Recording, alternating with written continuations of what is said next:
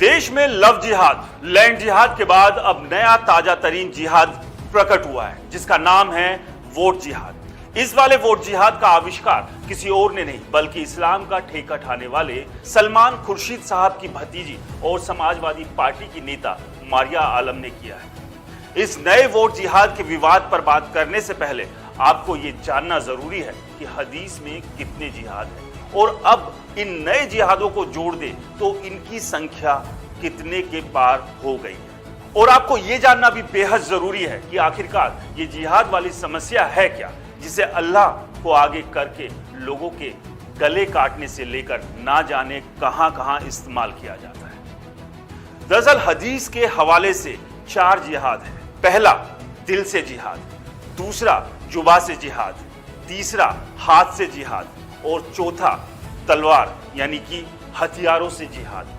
जिस मजहब में पहले से ही इतने जिहाद है उसके बावजूद इन्हें और जिहाद क्यों चाहिए? चलिए अब आपको यह भी समझा देते हैं कि जिहाद का मतलब होता क्या है। इस अरबी शब्द जिहाद का मतलब है संघर्ष करना, लेकिन आतंकवादी आजकल किस तरह का संघर्ष करते हैं ये तो आपको पता ही है। खैर वापस आते हैं मारिया आलम मैडम के वोट वाले जिहाद पर। ये मैडम क्या मुसलमानों को जबरदस्ती दूसरे धर्म के लोगों के वोट समाजवादी पार्टी या कांग्रेस को डलवाने के लिए उकसा रही है?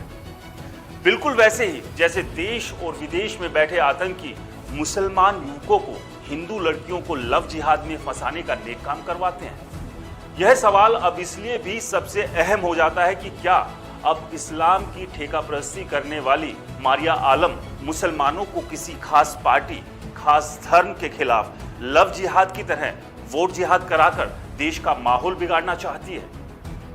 अगर ऐसा है तो देश के सबसे बड़े शुभचिंतक ध्रुव राठी और उनके मित्र निष्पक्ष पत्रकार रवीश कुमार को तुरंत अपने बिल से बाहर आकर इनके खिलाफ अपनी बिकी हुई आवाज बुलंद करनी चाहिए।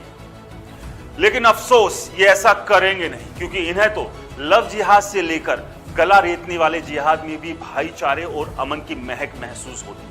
वैसे भी ध्रुव राठी ने तो 30 मिनट का खतरा नाम से वीडियो, जिसका टाइटल रियलिटी ऑफ मेरा Abdul the Hindu Muslim brain wash agenda था, में बता ही दिया था कि देश में लव जिहाद जैसा है ही नहीं। लेकिन सुप्रीम कोर्ट तक ये मानता है कि लव जिहाद जैसी चीज है और उसके नुकसान क्या है उसके मामले भी एक नहीं ढेरों आपके सामने आए।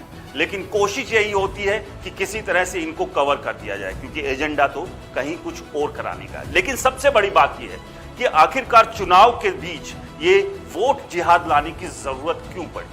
क्या कहना चाहते हैं लोग, क्या करना चाहते हैं लोग और इनकी मंशा क्या है, इनके इरादे क्या है? और आपको इस सब से बचकर रहना होगा। और जाते जाते आपको बता दें, खतरा आपको किसी और से नहीं बल्कि ऐसे जिहादियों और उनके साथ उनके जिहाद को देश दुनिया में जस्टिफाई करने वालों से। आपकी इस पूरे मामले पर क्या राय है हमें कमेंट्स कर जरूर बताएं। चैनल को सब्सक्राइब नहीं किया तो चैनल को सब्सक्राइब करना ना भूलें।